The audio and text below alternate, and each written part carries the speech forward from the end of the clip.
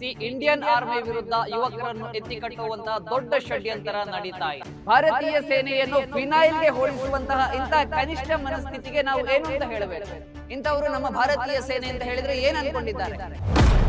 ಈಗೀಗ ಸೋಷಿಯಲ್ ಮೀಡಿಯಾದಲ್ಲಿ Indian army ಮತ್ತು ಜೆನ್ಸಿಗಳ ನಡುವೆ ಗ್ಯಾಪ್ ಸೃಷ್ಟಿಸಿ ಇಂಡಿಯನ್ ಆರ್ಮಿ ವಿರುದ್ಧ ಯುವಕರನ್ನು ಎತ್ತಿಕಟ್ಟುವಂತಹ ದೊಡ್ಡ ಷಡ್ಯಂತರ ನಡೀತಾ ಇದೆ.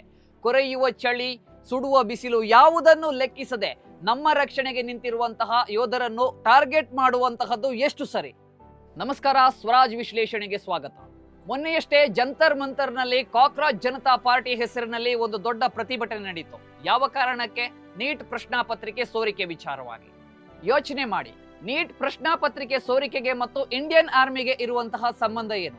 ಮರುಪರೀಕ್ಷೆಯಾದಂತಹ ಸಂದರ್ಭದಲ್ಲಿ ಇದೇ ಭಾರತೀಯ ಸೇನೆ ನಿಂತು ಮತ್ತೆ ಪ್ರಶ್ನಾ ಪತ್ರಿಕೆ ಸೋರಿಕೆಯಾಗದಂತೆ ತಡೆದು ಕೆಲಸ ಮಾಡಿರುವಂತಹದ್ದು ನಮ್ಮದೇ ಇಂಡಿಯನ್ ಆರ್ಮಿ. ಆದ್ರೆ ಈ ಜಂತರ್ ಮಂತರ್ನಲ್ಲಿ ಇದರ ವಿರುದ್ಧ ಪ್ರೊಟೆಸ್ಟ್ ನಡೀತಾ ಇರುವಂತಹ ಸಂದರ್ಭದಲ್ಲಿ ಒಬ್ಬ ಯುವಕ ರೀಲ್ಸ್ ಮಾಡ್ತಾ ಅತ್ಯಂತ ಅಸಹ್ಯವಾದಂತಹ ಶಬ್ದವನ್ನು ಭಾರತೀಯ ಸೇನೆಯ ಬಗ್ಗೆ ಬಳಸ್ತಾನೆ. टीयर गैस ने बुट मार ली भाई हमारी। मेरा पूरा मुंह जल रहा है, इधर इधर ये सारी चीजें जल रही है यार। बीजेपी आर्मी ನೋಡಿ, ಇದರಲ್ಲಿ ಬಹಿರಂಗವಾಗಿ ಭಾರತೀಯ ಸೇನೆಯ ಬಗ್ಗೆ ಅತ್ಯಂತ ಕೀಳಾಗಿ ಇವ ಮಾತಾಡ್ತಾನೆ. ರಾಜಕೀಯವಾಗಿ ಇರುವಂತಹದ್ದು ಬೇರೆ, ಸೇನೆ ಇರುವಂತಹದ್ದು ಬೇರೆ. ಭಾರತೀಯ ಸೇನೆಯನ್ನು ಮತ್ತು ರಾಜಕೀಯವನ್ನು ಒಂದೇ ರೀತಿಯಲ್ಲಿ ನೋಡ್ಲಿಕ್ಕಾಗತ್ತಾ? ಇನ್ನೊಂದು ವಿಡಿಯೋ ನೋಡಿ, ಇದರಲ್ಲಿ ರೀಲ್ಸ್ ಹುಚ್ಚಲ್ಲಿರುವ ಜೆನ್ಸಿ ಅಂತ ಕರ್ಕೊಳ್ತಾ ಇರುವಂತಹ ಒಬ್ಳು ಹುಡುಗಿ ಯಾವುದೋ ಒಂದು ಫಿನೈಲ್ ಆಡಿಗೆ, ನಾವೇನು ಟಿವಿಯಲ್ಲಿ ನೋಡ್ತಾ ಇರ್ತೇವೆ ನಿತ್ಯವಾಗಿ ಹಾರ್ಪಿಕ್ ಅನ್ನುವಂತಹ ಫಿನೈಲ್ ಆಡಿನ ಆ ಒಂದು ಏನು ಆಡಿಯೋ ಇದೆ, ಅದಕ್ಕೆ ಲಿಪ್ ಸಿಂಕ್ ಮಾಡ್ತಾ ಭಾರತೀಯ ಸೇನೆಯ ಸಮವಸ್ತ್ರವನ್ನು ಅತ್ಯಂತ ಕೀಳಾಗಿ ತೋರಿಸ್ತಾ ಇದ್ದಾಳೆ. ಆಕೆ ಕೆಂಪು ಟಿ ಶರ್ಟ್ ಅನ್ನು ಧರಿಸಿರ್ತಾಳೆ, ಅದನ್ನು ತೋರಿಸ್ತಾ ಕೆಂಪು ಬಾತ್ರೂಮ್ಗಾಗಿ, ನೀಲಿ ಟಾಯ್ಲೆಟ್ಗಾಗಿ ಅನ್ನುವಂತಹ ಆ ಒಂದು ಆಡಿಯೋಕ್ಕೆ ಏನಿದೆ ಅದಕ್ಕೆ ಲಿಪ್ ಸಿಂಕ್ ಮಾಡ್ತಾ ಹೋಗ್ತಾಳೆ. नीला टॉयलेट के लिए और लाल बाथरूम के लिए। ಭಾರತೀಯ ಸೇನೆಯನ್ನು ಫಿನೈಲ್ಗೆ ಹೋಲಿಸುವಂತಹ ಇಂತಹ ಕನಿಷ್ಠ ಮನಸ್ಥಿತಿಗೆ ನಾವು ಏನು ಅಂತ ಹೇಳಬೇಕು?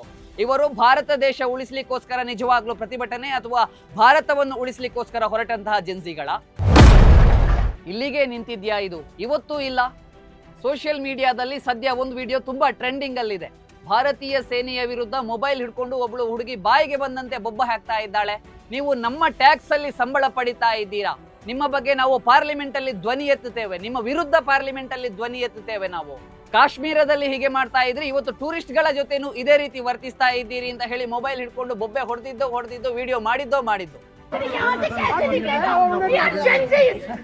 We are not tolerate this nonsense. जबकि इन लोगों को खड़े रहना चाहिए और हम लोगों को जाने देना चाहिए। और हम लोगों को खड़े किए बिल्कुल। कोई सो के कोई कुछ नहीं बोलता, कोई कुछ नहीं बोलता।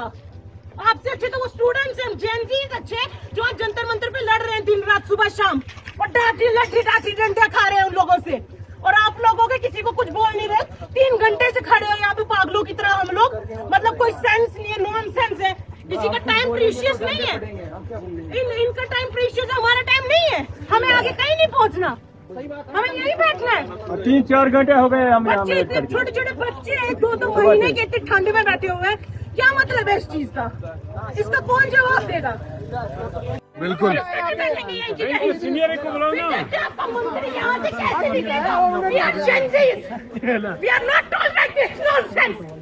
We are not tolerate this nonsense. ವಿಷಯ ಏನಪ್ಪಾ ಅಂದ್ರೆ, ಲಡಾಖ್ ನಲ್ಲಿರೋ ಕಾರ್ಗಿಲ್ನ ಮಿನಾಮಾರ್ಗ್ ಚೆಕ್ ಪೋಸ್ಟ್ ಬಳಿ ಭೂಕುಸಿತ, ಕ್ಲೈಮೇಟ್ ಚೇಂಜ್ ಮತ್ತು ಅದು ಕಾರ್ಗಿಲ್ ವಿಜಯೋತ್ಸವದ ಸಂದರ್ಭ ಆದ ಕಾರಣ ನಮ್ಮ ದೇಶದ ರಕ್ಷಣಾ ಮಂತ್ರಿಗಳ ಓಡಾಟ ಇರ್ತದೆ. ಆ ಪ್ರೋಟೋಕಾಲ್ ವಿಚಾರವಾಗಿ ಅಲ್ಲಿನ ರಸ್ತೆಯನ್ನು ನಮ್ಮ ದೇಶದ ಆರ್ಮಿಯವರು ಬಂದ್ ಮಾಡ್ತಾರೆ. ಆದ್ರೆ ಇವಳು ನೇರವಾಗಿ ಹೋಗಿ ಬೈದದ್ದು ನಮ್ಮ ಭಾರತೀಯ ಸೇನೆಯನ್ನು. ಇಂಥವರು ನಮ್ಮ ಭಾರತೀಯ ಸೇನೆ ಅಂತ ಹೇಳಿದ್ರೆ ಏನ್ ಅನ್ಕೊಂಡಿದ್ದಾರೆ? ಇವತ್ತು ಅವಳು ತನ್ನ ಮನೆಯಲ್ಲಿ ನೆಮ್ಮದಿಯಾಗಿ ನಿದ್ದೆ ಮಾಡ್ತಾ ಇದ್ದಾಳೆ ಅಂತ ಹೇಳಿದ್ರೆ ಅದಕ್ಕೆ ಮುಖ್ಯ ಕಾರಣ ನಮ್ಮ ಭಾರತೀಯ ಸೇನೆ, ನಮ್ಮ ಯೋಧರು. ಬಿಸಿಲು, ಮಳೆ, ಚಳಿ, ಗಾಳಿ ಯಾವುದನ್ನು ಲೆಕ್ಕಿಸದೆ ಗಡಿಯಲ್ಲಿ ನಿಂತು ತಮ್ಮ ಪ್ರಾಣವನ್ನು ಕೊಟ್ಟು ನಮ್ಮನ್ನು ರಕ್ಷಣೆ ಮಾಡ್ತಾ ಇದ್ದಾರೆ. ಜೆನ್ಸಿಗಳು ನಾವು ದೇಶವನ್ನು ಸುಧಾರಣೆ ಮಾಡ್ತಾ ಇದ್ದೇವೆ ಅಂತ ಹೇಳಿ ಜೆನ್ಸಿ ಹೆಸರಲ್ಲಿ ಹೋರಾಟ ಮಾಡಿದ್ರಲ್ಲ, ಇಂಥವರು ಭಾರತೀಯ ಸೇನೆಯನ್ನು ಬೈಯುವವರು ನಮ್ಮ ದೇಶವನ್ನು ಸುಧಾರಣೆ ಮಾಡ್ತಾರ, ನಮ್ಮ ಕಾನೂನನ್ನು ಸುಧಾರಣೆ ಮಾಡ್ತಾರ, ಅಥವಾ ನಮ್ಮೊಳಗಿರ್ತಕ್ಕಂಥ ಸಿಸ್ಟಮ್ ಅನ್ನು ಸುಧಾರಣೆ ಮಾಡ್ಲಿಕ್ಕಿದ್ದಾರ? ಇದರ ಬಗ್ಗೆ ನಿಮ್ಗೆ ಏನ್ ಅನ್ಸುತ್ತೆ? ನಿಮ್ಮ ಅಭಿಪ್ರಾಯವನ್ನು ಕಮೆಂಟ್ ನಲ್ಲಿ ತಿಳಿಸಿ.